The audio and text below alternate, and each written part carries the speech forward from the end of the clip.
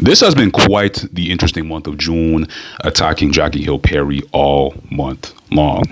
Seeing the amount of comments online, especially if you go on Threads, which is a whole other story, has been pretty interesting, especially because people seem to view her in a position where she's an apologist, she's a speaker, someone who's especially the most unproblematic public personnel for the defense of the gospel, which is what makes this case and story very interesting. Like, why go after the least problematic person ever? To disagree is one thing, but to go after someone who literally just shared her story about how God changed her, I kind of find it weird, to be honest. You know, deconstructionists making videos about her and viewing her as lost and everything, and that she'll come back to her old self.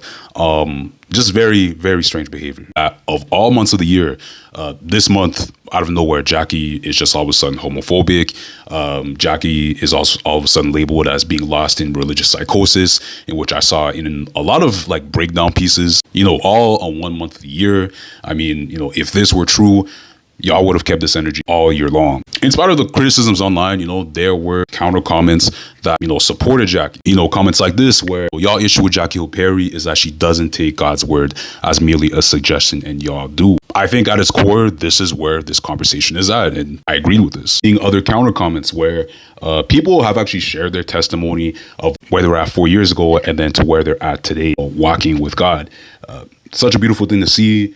And I think what this whole month showed us is that I think despite the attacks, despite whatever is going on, God is still glorified, and God is still using Jackie to transform people. And if it means being an online hit piece for a month, then so be it. But I think God is at work here, and I think we should just pray for her as she moves on.